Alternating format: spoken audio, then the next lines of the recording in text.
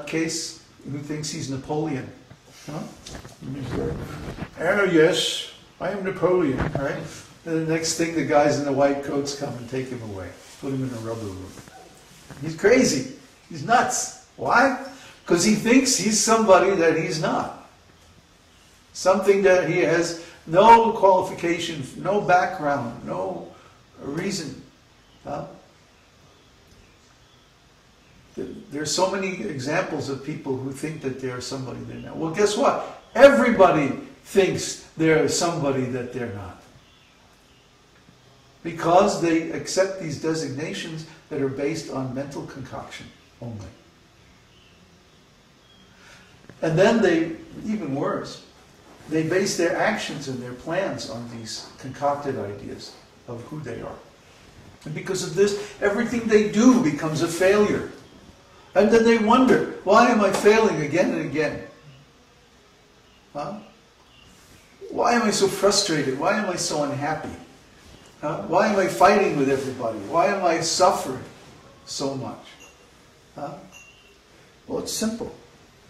Everything you're doing is based on a false premise. Illusion.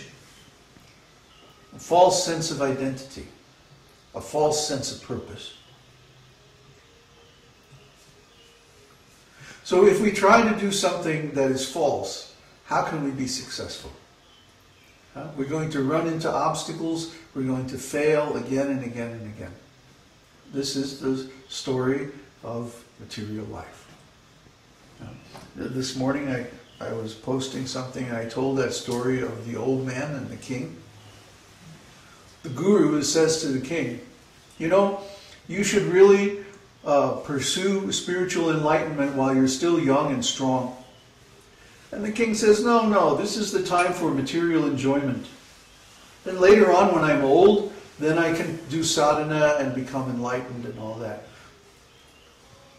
So the guru says, but you don't understand. If you don't change your desires now, in old age you won't be able to change. And you're still going to be lusty, but you won't be able to do anything about it. And you'll be defeated and frustrated by the forces of material nature. The king still wasn't convinced. So the guru says, okay, now I'll set up a demonstration and prove it to you. Just give me a few days. And the king said, all right. So a few days later, the guru came back to the king. And he said, okay, I'm ready. I want to show you something. So he took the king into a room. And here was an old man, a prominent citizen in the kingdom. He's on his deathbed. He's going to die in a few days. So the king and the guru come in the room and they stand on one side of his bed. And he's talking back and forth with the king. And after a few minutes, the guru whispers in the king's ear, now watch. Watch very carefully. And just then, the princess, the king's daughter, comes in the other side of the room and stands on the other side of the bed. And the old man is talking with the king. Right? But as soon as the young girl comes in the room, all his attention goes over there. He can't help himself. Why? Because he had not changed his desires from material to spiritual in this life, and therefore even at the end of life he still has a desire for material things, and he still has lust in his heart. Who is that? That famous preacher that fell down? Some famous Christian preacher fell down a few years back. It was during the Clinton administration. And he said, he confessed publicly, well, I have lust in my heart.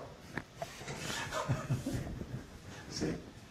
One can be a big preacher, one can be a big sannyasi, one can be a big religious figure in the eyes of the world. But if he hasn't removed the seed of lust from his heart, then as soon as the objects of the senses present themselves, make an opportunity, he'll fall down. Prabhupada made the example one time that you can take a dog and put a crown on his head and dress him up in nice silk robes and put him on a golden throne, and everybody can bow down and worship him as the king. Huh? But then you throw a bone, and immediately he's going to act just like a dog. You can't change his nature, because he doesn't know how. But we know how. We have the method by chanting the holy name. Krishna uses the word here. ātmany evātmanā tuṣṭaḥ. Sthita-prajñas. Sthita-prajñas. He's situated in knowledge. Sthita-prajñas. Okay? So one who is situated in knowledge, transcendental knowledge, not ordinary knowledge. No. He is in a position to know his real self, his real identity. And what is that real identity? I am a servant of Krishna. I am a servant of God. I'm not this body. I'm not this mind either. These are just temporary vehicles, tools for interfacing with the material world, the material elements. And what am I doing? Well, Krishna explains later on in Bhagavad-gītā that the soul is riding on this machine made of material energy. We're riding on this machine, the material body. And the material body has both gross and subtle components. The body of flesh and bones and muscles and so on, this is the gross part. But then the mind, the intelligence, and the false ego, this is the subtle part.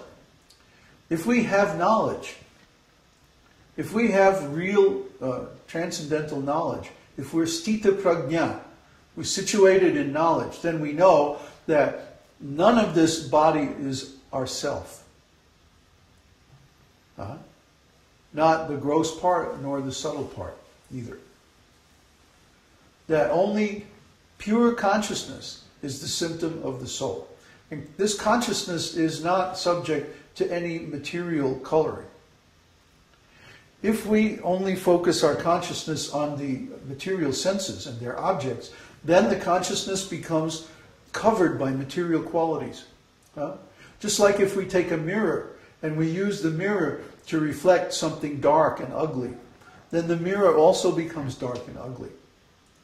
But if we turn our consciousness towards Krishna, and by the power of his holy name, we use it to think of him all the time, then our consciousness also develops spiritual qualities. Just like if I take the same mirror and turn it toward the sun, now it begins to shine like the sun. Very beautiful. So we can understand then that consciousness is neutral.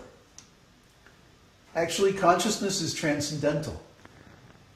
And when consciousness is fixed on an object of the same transcendental quality, which can be our own self, our own consciousness, or the Paramatma, the presence of the Lord within the heart, or the Supreme Personality of Godhead, Bhagavan, the same Bhagavan who is speaking here, is accessible to us through this transcendental knowledge. And by hearing this transcendental knowledge from Bhagavad-gītā and from someone who knows Bhagavad-gītā, then we can understand the real situation of the soul. We can understand our real identity, our eternal identity, permanent, without any relation to this body. Just like if I say the soul and the personality of Godhead are eternal. That's an absolute truth. That's always true. No qualifications, no conditions. Absolute. So similarly, if I say, I am a servant of Krishna, that's always true. There's never any time when it's not true. So that is real ego. That is real identity. That is sthita-prajñas. That's being situated in knowledge. If we think like that, if we think from that sense of identity, and then begin to make our plans with our intelligence and our mind based on that idea that I am the servant of Krishna, That is Krishna consciousness. See? And not merely reciting some books or, putting on some robes and tilak and, outwardly accepting the signs of a devotee. That's not being a devotee. That might be the beginning of being a devotee. But the real thing that makes a person a devotee is to think, accept the false ego, kicked out, and the real ego that I am a servant of Krishna. That's who I am. I'm not a servant of anyone else. Maybe my spiritual master, but I'm servant of Krishna, primarily. So this is my eternal identity. And then if I start making my plans for my